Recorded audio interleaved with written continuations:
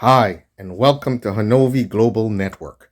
I am your host, John Hanovi, and today we have breaking news.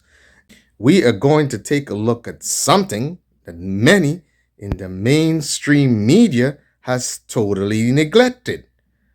We are going to ask, why have they neglected it?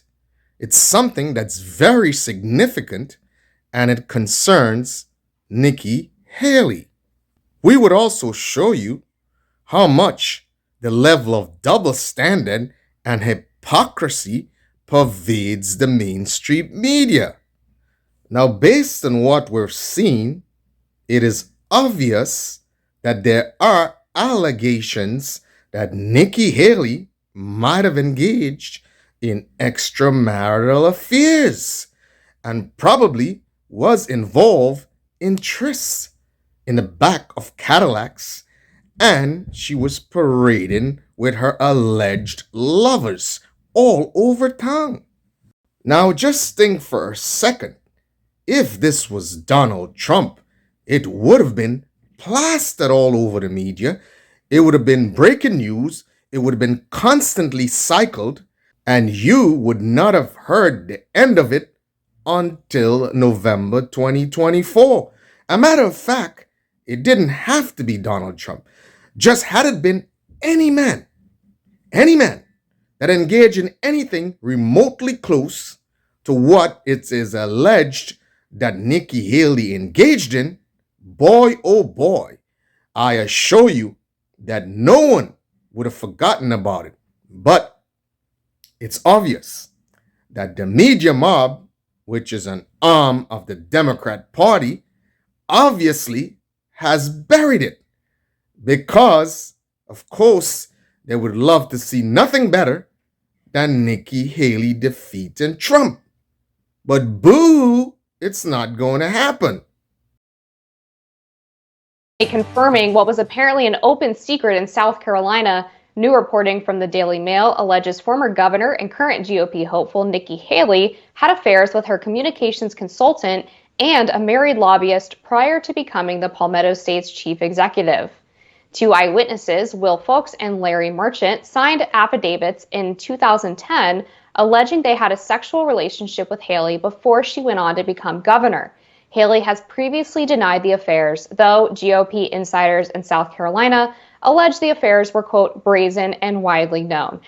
So, Jessica, this, as mentioned in the opener, were considered open secrets in South Carolina that Nikki Haley had been philandering around the state with members of her party before becoming governor. And I've even heard allegations that it continued while she was governor.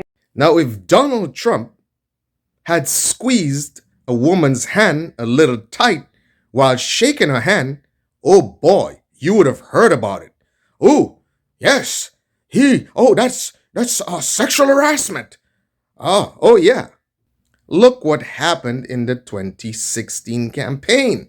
There was a tape that was discovered with Donald Trump and a male journalist was having a little boy talk, as we would say. And oh boy, they took that and they ran with it. You even had Michelle Obama.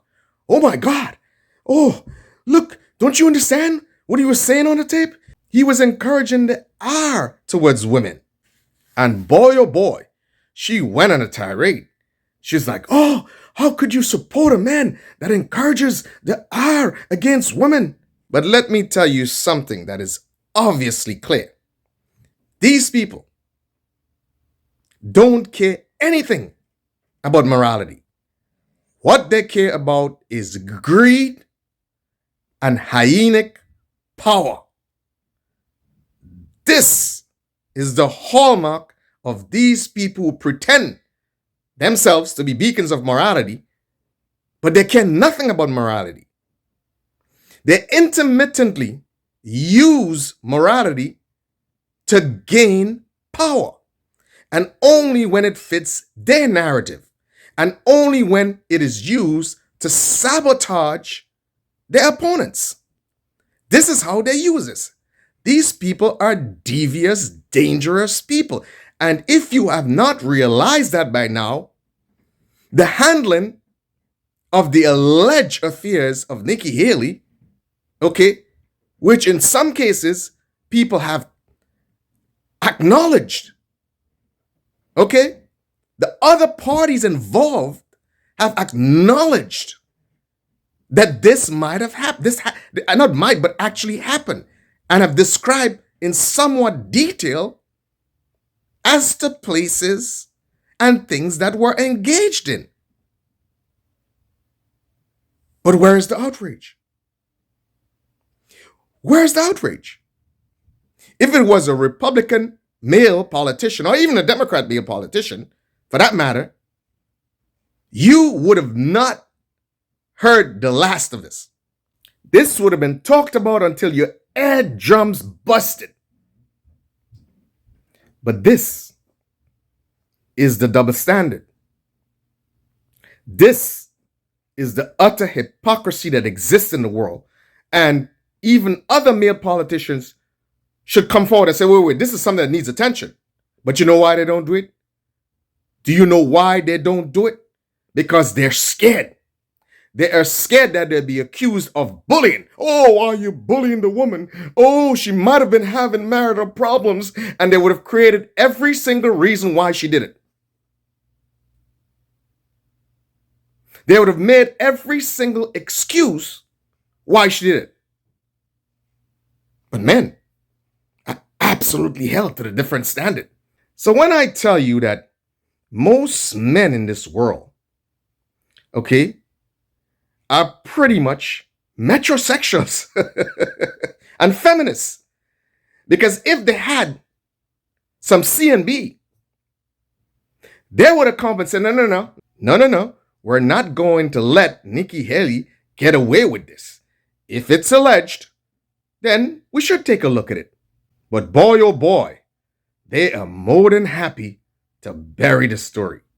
And that is why I always say they do an injustice to legitimate cases of sexual harassment and legitimate cases of the R word.